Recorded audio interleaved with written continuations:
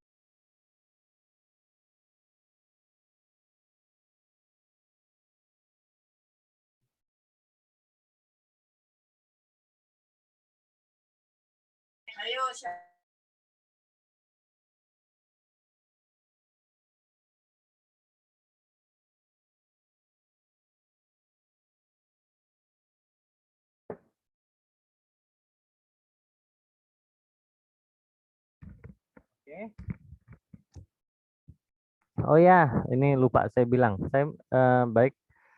Assalamualaikum warahmatullahi wabarakatuh. Selamat siang, Tabi pun. Ya, minta tolong ini ya. Ya, salah. Minta tolong foto profilnya, foto asli ya, foto wajah Anda sendiri ya, supaya saya bisa familiar. Kita kita nggak pakai video nggak apa-apa lah. Ya. Streaming itu mahal. Jadi kita ini aja, kita pakai foto aja. Tapi fotonya foto ini ya, foto asli ya, supaya saya bisa bisa berusaha mengenali lah. Samar-samar ingat kalau ketemu di jalan gitu loh.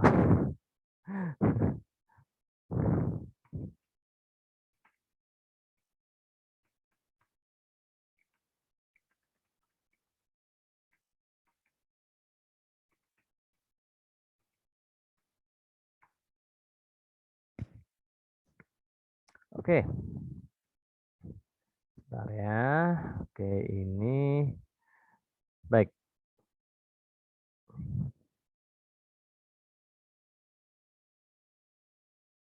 Nah, saya di sini kita akan belajar hari ini akan belajar tentang bagaimana melakukan navigasi dan menggunakan command line interface atau CLI pada Linux.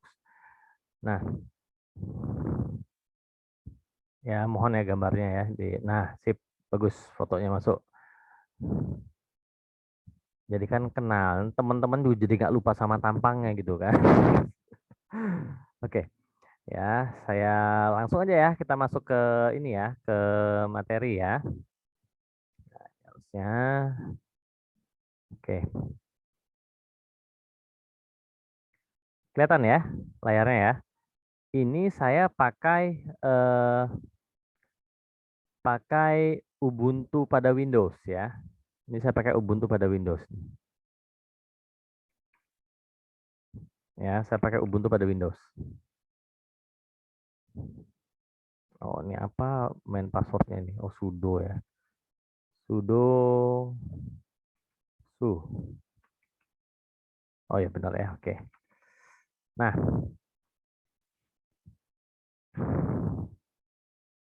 ini ya kelihatan ya layarnya ya. Layar yang kalian lihat ini saya gedein lagi kali ya. Kekecilan nggak hurufnya? Kalau kecilan saya naikin lagi ukurannya. Segini kali ya. Tapi kegedean nggak jadinya? Nah. nggak ngaruh ya. Saya udah nggak apa segini aja kalau gitu harusnya cukup. Nah ya, segini ya. Oke, baik.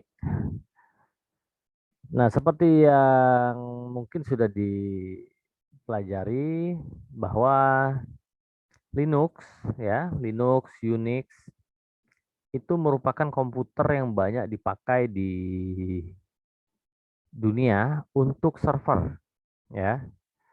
Karena dia tugasnya melayani, dia memang lebih banyak dioperasikan melalui command line interface. Suara saya kedengaran ya? Saya nggak lihat. Terdengar, Oke. Pak. Oh, terdengar ya. Oke, ya, sip. Nah, command line interface ini digunakan untuk mengendalikan apapun. Sebetulnya kalau pada Windows ini nggak beda jauh dengan PowerShell ya. Masalahnya kalau kita belajar PowerShell ya dependent ke Microsoft dan kemudian dia bisa digunakan untuk hal-hal tertentu, ada beberapa yang tidak bisa.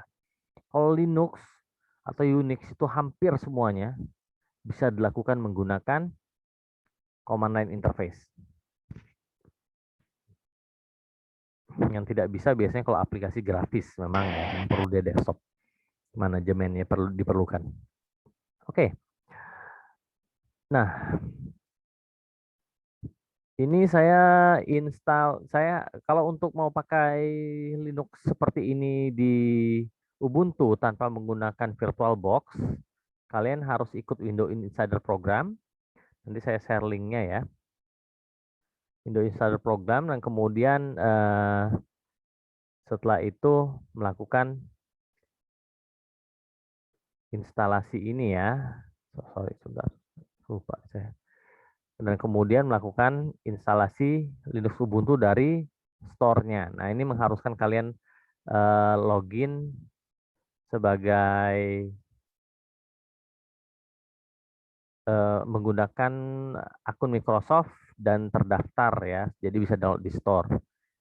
Ya, ini yang mungkin agak merepotkan kalau nggak mau akun yang tercatat sama Microsoft ya.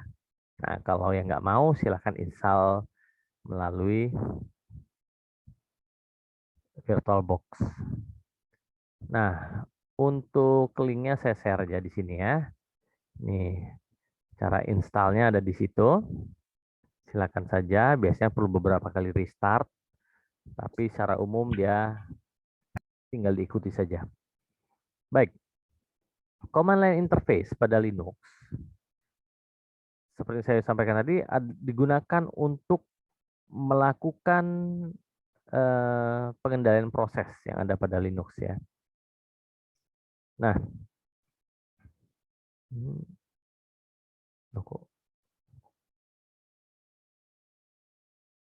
nah, pada Linux salah satu yang istimewa ya adalah dia sulit untuk diserang virus, bukan nggak bisa ya, sulit diserang virus karena semuanya bisa dibongkar sebetulnya ya, semuanya bisa dilihat. Dan juga apapun yang dilakukan pada Linux itu harus berdasarkan izin dari user ya, user atau akun yang memiliki tanggung jawab terhadap aplikasi tersebut. Nah, kita biasa kalau kita pakai Windows kita kenal admin, user biasa ya. Setiap user bisa menjalankan aplikasi dalam lingkupnya sendiri ya. Tapi kalau pada Linux aplikasi pun bisa kita berikan user sendiri untuk dijalankan. Misalnya Apache bisa aja jalan sendiri tanpa harus ada login dan dijalankan ya, atau harus login menggunakan akun tertentu baru bisa dia jalan. Nah, dia bisa diberi akun sendiri. Lebih jauhnya nanti akan kita lihat kita pada saat kita masuk ke permission. Nah, ini adalah command line. Secara umum command line itu biasanya akan mengandung ya, di sini lihat di sini ada Mezzano, ini adalah username.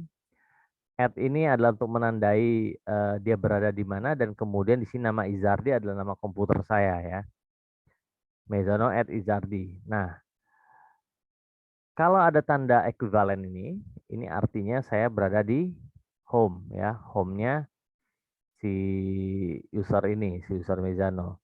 Dan kalau tandanya dolar, ya dolar ini artinya usernya pengguna, ya. Usernya masih di level pengguna saja. Nah, untuk mengetahui versi Linux, kita bisa ketik uname min a. Ya, kalian bisa ketik uname saja cukup, tapi dia akan ngasih tahu sistem operasinya apa namanya. Kalau kita ingin tahu lebih lengkap, kita bisa ketikkan uname min a. Jadi ini silahkan dicoba ya. Nanti yang sudah ada VirtualBox silahkan dihidupkan, Linuxnya dijalankan. Kalau nggak salah yang online juga ada, cari aja deh, ya.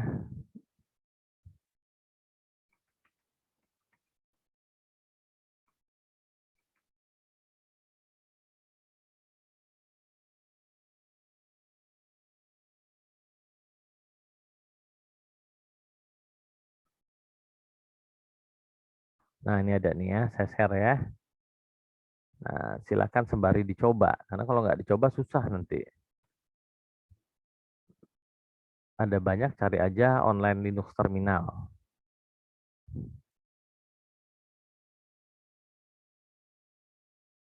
Silakan dicoba ya. Oke, nah sekarang kita kembali lagi. Unamin A, ini paling mudah ya. Dari sini kalian bisa tahu apa yang bisa dilakukan apa-apa dari sistemnya. Di sini, nah di sini karena dia basisnya pada Windows, di sini 5.472 Microsoft Standard WSL ya. Ini versinya nih Linuxnya.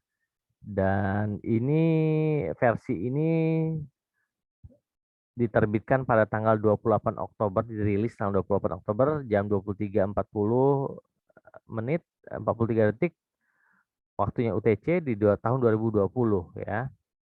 Arsitekturnya x8664 atau singkatnya 64 bit ini ya sistemnya ya. Nah,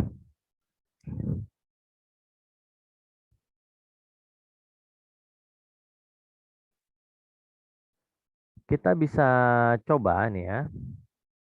Kita bisa coba tes untuk sorry. Nih ya, perhatikan ya. Ini misalnya dolar. Kalau kita jadi super user, jadi di Linux itu umum ada user biasa, ada super user. Kalau di Windows itu padanannya itu user dan administrator ya. Nah, untuk masuk ke super user, contohnya kalau pada Ubuntu seperti ini, sudo su ya. Ini masuk. Saya nggak diminta login lagi. Nah, kita bisa lihat perbedaannya ini dengan mudah ya, interface-nya dengan mudah kita bisa tahu dia adalah super user. Ya di sini pertama biasanya root tulisannya ya. Nah, tanda pagar ini ya, ada tanda pagar. Ya. Jadi ingat-ingat ini kenapa penting. Hati-hati kalau mau menghapus file atau melakukan sesuatu yang berbahaya ya terhadap file system, lihat ini ada tanda pagarnya. Ya, ada risiko. Makanya kalau misalnya belum pakai untuk melakukan modifikasi terhadap apa terhadap sistemnya pada perubahan, kita lebih baik kita exit dulu ya. Kita exit keluar. Nah ini exit nih. Ini kembali ke user cell. Nah sekarang misalnya nih kita mau tahu nih kita ada di mana nih. Kalau pada Windows Explorer kan kita bisa lihat tuh alamatnya ada di mana. Tapi kalau pada Linux kita bisa ketikkan pwd ya. Nah itu dia. PWD. PWD itu akan menunjukkan posisi kita di direktori mana. Di sini dalam direktori home, Mezano. Ya. Kalau ada pertanyaan silakan aja ya.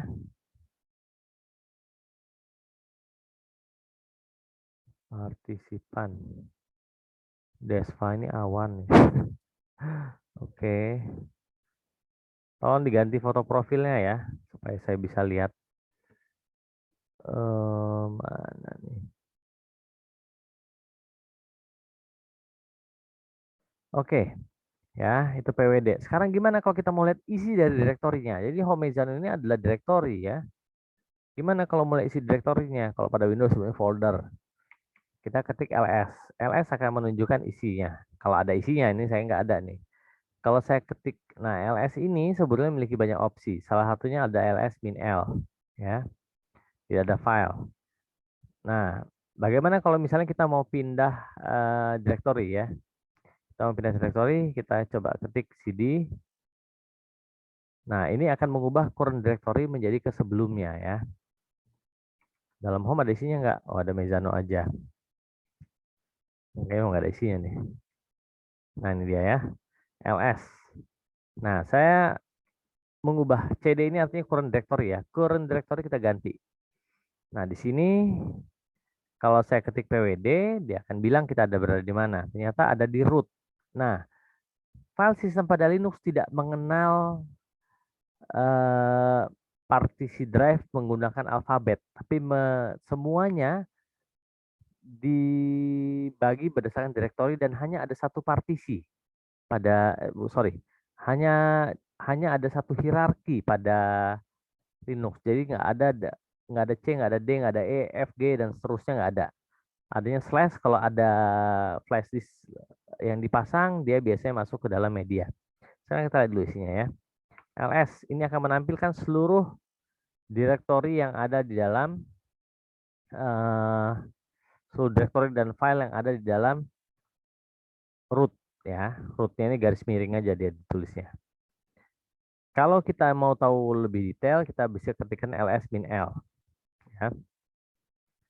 ls min l. Nah, ini adalah sesuatu yang perlu kita ketahui ya. Nah, perhatikan ini jumlahnya ada total 600 total 684. Sorry, bukan jumlah, ini size ya. Kalau salah size-nya.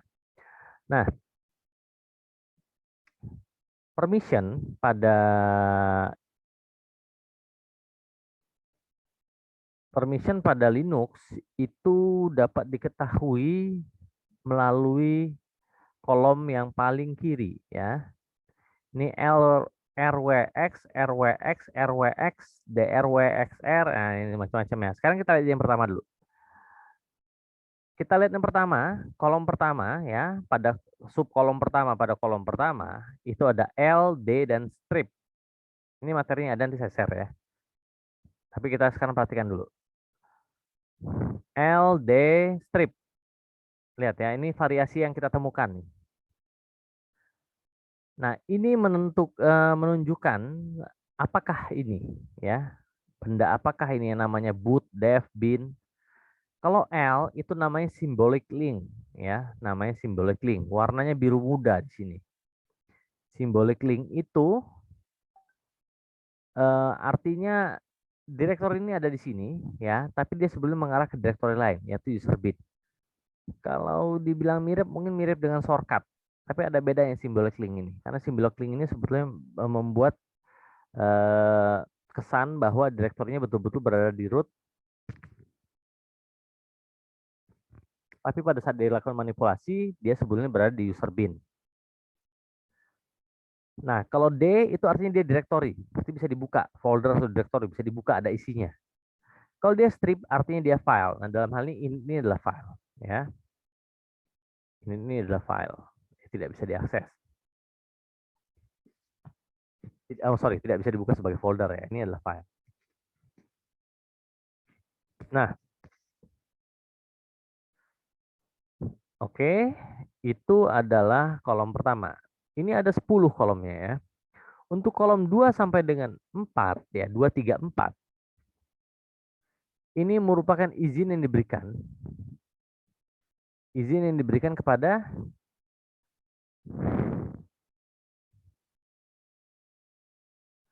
sang pemilik file. Di mana kita tahu pemilik filenya siapa? Nah, ini dia. Ini kolom pertama yang di sini. Ya, kolom pertama yang ada di sini. Ini menyatakan siapa pemiliknya. Ya. Siapa pemiliknya.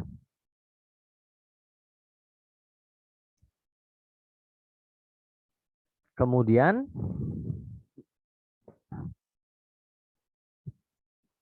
Jadi RWX ya, ini menyatakan siapa pemiliknya. Nah, pemiliknya ini apa yang boleh dilakukan? Berdasarkan kolom 2, 3, 4, ini yang boleh dilakukan pemilik.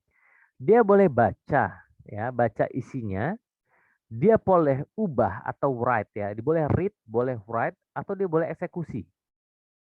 Eksekusi itu seperti dibuka maksudnya ya, dibuka. Nah, ini eksekusi. Kalau file seperti ini bisa dieksekusi. Jadi kalau pada Linux tidak mengenal yang namanya .exe. Dia mengenalnya permissionnya ada X, boleh dieksekusi. Ya, jadi itu bedanya. Siapa yang boleh eksekusi? Sang pengguna ya, sang pemilik, pemilik utama.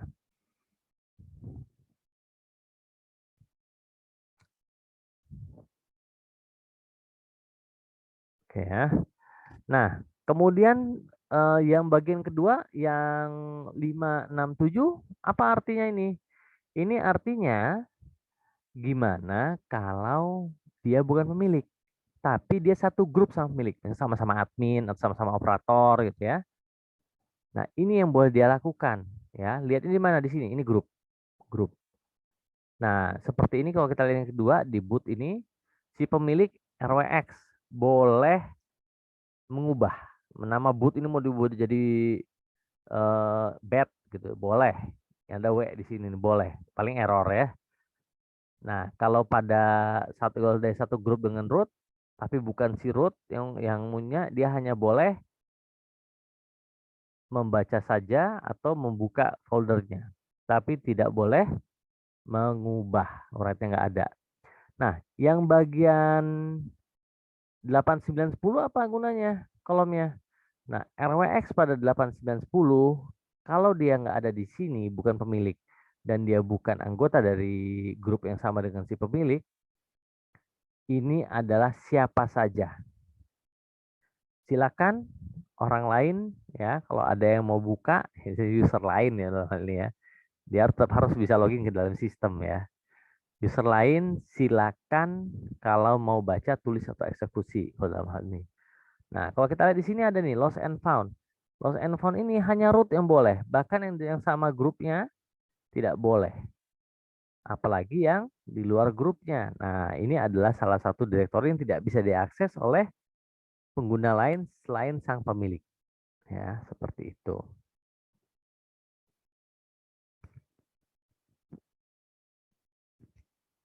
Nah, yang lainnya tanggal dan kemudian ukuran file ya. Ini ukuran file. Nah, kemudian terkait symbolic link ya ini ya, symbolic link ini menentukan lokasinya. Ya, jadi ini bentuk kalau pada Windows dir. Ya, kalau pada Windows ininya ya, kalau pada file explorer ya udah tinggal buka file explorer, ini yang tampil sebelumnya kan, ini detail kalau yang mirip ya. Pakai pilihan detail dia mirip seperti ini.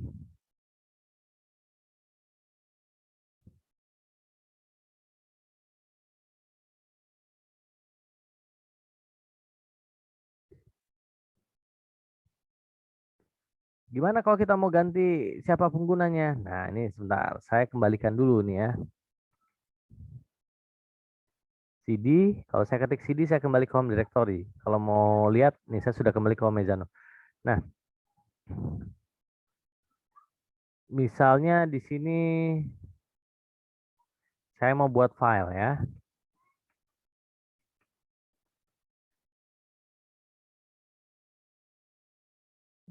Oh ya, oke ya. Sebentar. Untuk buat file kita bisa gunakan perintah touch. Di sini touch saya mau buat filenya misalnya apa ya? Coba aja deh. Saya kasih .txt ini biar biasa sebetulnya kalau pindah filenya pindah kita tahu dari .txt. Ekstensi boleh dipakai tapi tidak menentukan apakah dia bisa dieksekusi atau tidak ya. Ini saya buat aja. Touch .txt. Sekarang kalau saya ketik ls ada tuh filenya. Kalau saya lihat RWRR. Nah, berarti selain saya yang lain nggak boleh. Nah, coba. Nah,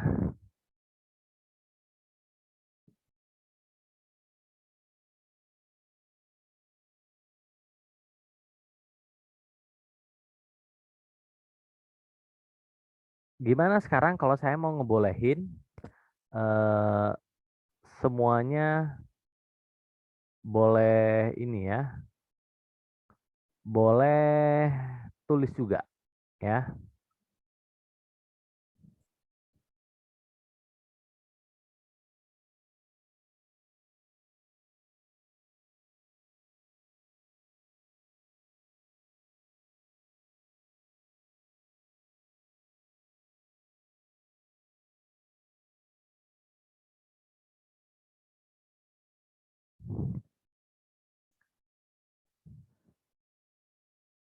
Nah, misalnya saya mau izinkan si siapa untuk mengubah itu ada kita change atau modify di sini ya.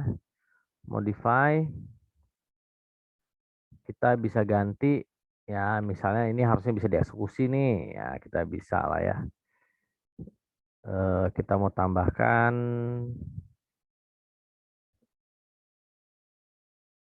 ya RWX dalam hal ini ya untuk coba. Nah ya, coba sekarang kita lihat LSE lagi.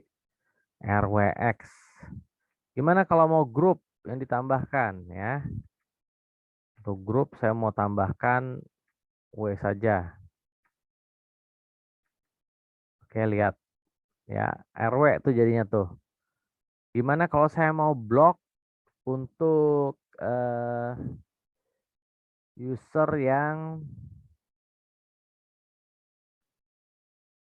yang selain di luar grup atau root nggak boleh jalankan ya, root masih bisa jalankan. Saya mau ubah, saya mau hilangkan R-nya. Bisa seperti ini ya. R untuk eksternal ya misalnya. Nah, ini kalau lupa kita ketik aja chmod help. Salah, salah, salah. Oke, nah lihat ya. Chmod option. Nah, Hugo O ya. Berarti harusnya pakai O ya. Sorry, O. Nah, kita lihat. Salah kok ini yang dilihat. Nah, coba lihat ya. O, lihat tuh. R-nya hilang. Ya, O. Gimana kalau saya mau gak semuanya bisa diakses lah pokoknya. Saya ketik A, saya eh, tambahkan RWX. Nah, kita lihat. Nah, sekarang RWX semua. Gimana kalau saya mau eh, ubah saja 7, coba. Nah, lihat ya, kita lihat ya. Nah, ini maksudnya yang diaktifkan itu sampai dengan 7-nya dikurangin. Nah, ini chmod ini semua ada shorthandnya ya. Gimana kalau saya mau ganti, misalnya coba ini saya mau ngasih akses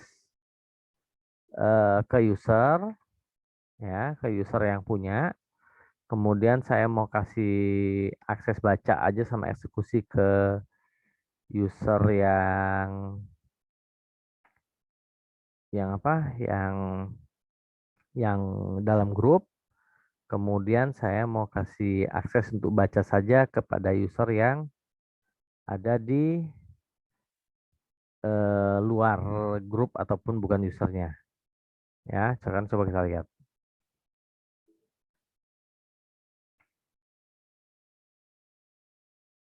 Lihat ya. Oh, salah saya. RWX RX 75 751. Ya, shorthandnya waktunya udah mau habis aja. Oke. Nanti kita lanjut sedikit lagi ya ntar ya. Nanti saya izin ya diulang sekali lagi nanti ya. Oke, ls min sorry, kok ls chmod 751. Nah, ini izin baca aja. Ls min l. Nah, lihat ya. Oh, salah, izin eksekusi. RWX XX ya, RX XX. Nah, ini yang umum biasanya chmod. Tapi kalau mau lebih jelas apa yang dilakukan, ya seperti ini. G plus RW X. Untuk O, ya O itu minus X plus RW. Ya, oh salah saya. Oh, no such. Oh, kok O ya? Kok O sih? Ya, salah saya. Eh, oh ya, salah saya. Baru bisa satu berarti. Memang kalau shorthand itu pakai yang angka aja lebih mudah. Nah, seperti ini ya. Kemudian untuk, oh apa ini? Oh ya benar deh.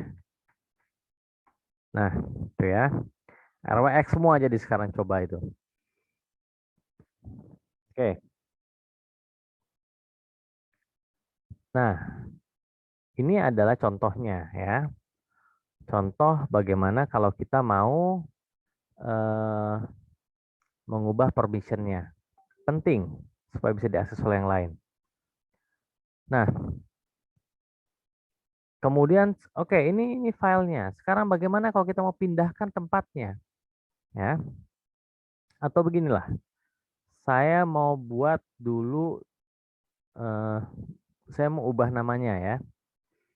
Saya mau coba nggak bagus lah namanya. Saya ganti. Nah, saya mau ganti.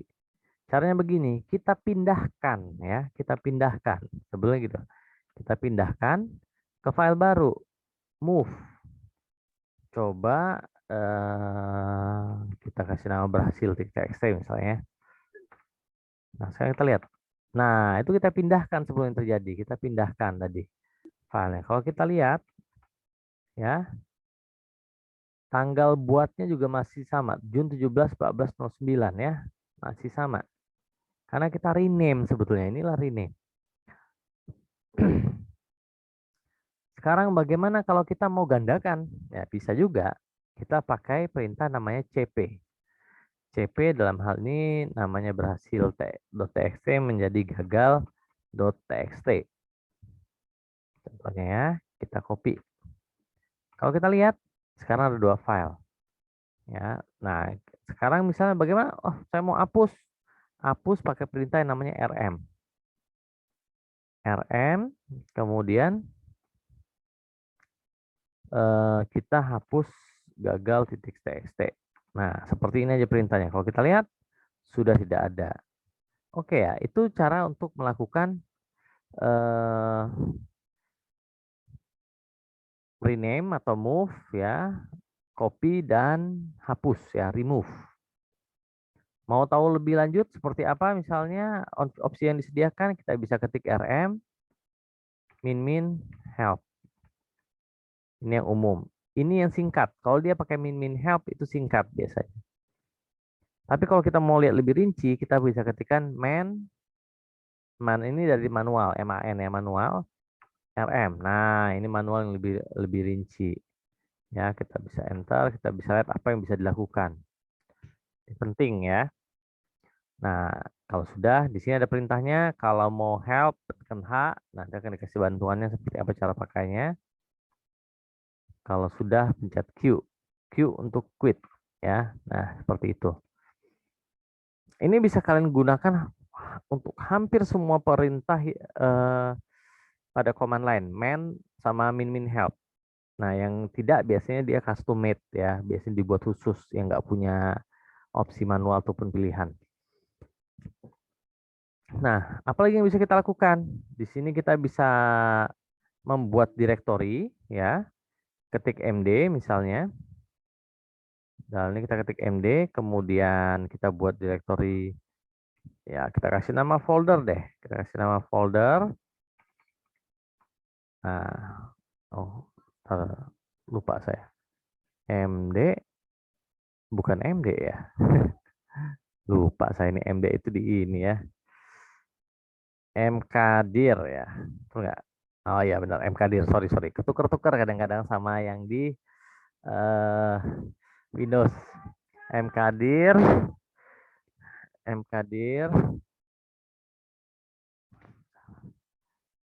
mkdir dalam hal ini kita bisa ketik nama dari directory yang mau dibuat mkdir. Nah, kalau kita lihat ls min l, nah kita bisa lihat tuh tipenya directory ya, warnanya biru. Nah, sekarang ada yang bisa kita coba nih ya. Gimana kalau kita mau pindahkan file? Atau kita copy dulu deh. Kita copy yang namanya berhasil ya. CP berhasil kita copy jadi ganda. Lah, saya nggak pakai ini deh. ls, lihat berhasil, txt. Nah, ini kita copy. Sekarang kita mau pindahkan. Kita move yang namanya ganda ini ke dalam folder. Nah, bisa seperti ini kita ketik. Nah, untuk menjamin bahwa dia benar terpilih yang folder, karena kadang-kadang ada folder sama file yang namanya sama, kita kasih slash. Ya, kita ketik ls. Nah, sudah nggak ada tuh ganda tadi. Kalau kita ketik ls, nah kita bisa menampilkan isi directory langsung, kita ketikkan dengan ls nama foldernya. Nah, bisa seperti ini, kita bisa lihat isinya ada. Coba ya, saya sekarang gunakan strip S. Ya, ls min L. Nah, ini menampilkan. Sekarang gimana kalau saya mau tampilkan semuanya? Ya. Nah, ini saya agak lupa juga nih. Coba kita ketik min help. Saya mau lihat sampai dengan direktorinya. Recursive. Oh ya, min R betul ya. Saya mau tampilkan seluruh isinya. ls min L R ya. Rekursif. Saya mau lihat seluruh yang ada isinya dalam direktori dan semua yang di bawahnya. Nah, dia akan menampilkan. Nah, di sini yang direktori yang ada di posisi saat ini itu ditandai dengan titik, dan kemudian direktori yang ada ditandai dengan slash folder, titik slash folder. Berarti dari direktori saat ini dan kemudian direktori di bawahnya. Ya. Oke, kemudian nah, ini kita juga bisa hapus ya. Nah, saya mau tunjukkan gimana kalau kita hapusnya dalam folder. Nah, ini bisa kita lakukan rm titik slash, maksudnya dalam directory ini, kemudian folder. Nah, saya mau hapus isinya. Saya nggak peduli isinya apa, saya mau hapus isinya aja langsung. Saya pakai asterisk. Ini namanya wildcard yang digunakan untuk memilih semuanya. Tadi ada ganda ya, kita hapus. Nah, kalau kita lihat lagi sekarang ls folder isinya kosong. Sekarang saya mau hapus folder. Gimana kalau hapus folder? Kita pakai perintah rmdir ya. Folder ya, kita hapus. Nah, kita ketik ls. Nah, kosong. Oke, mungkin itu ya. Sampai dengan cara membuat, menghapus, merename ya. Nah, yang lain seperti ini adalah mengganti direktori. Mengganti direktori menggunakan kata cd, current directory. Kalau kita ke sebelumnya tinggal ketik titik-titik. Kalau kita mau milih folder tertentu, kita bisa ketik nama foldernya. Itu current directory. Oke, ini cukup untuk navigasi dan operasi file ya. Kita cukupkan dulu. Nah, ini cukup dulu, mau dipelajari dulu atau mau tambah lagi nggak materinya?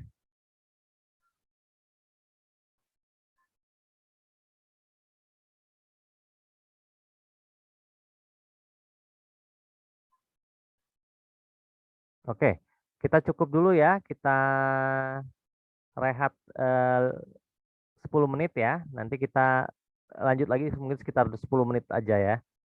Baik, terima kasih. Saya cukupkan dulu yang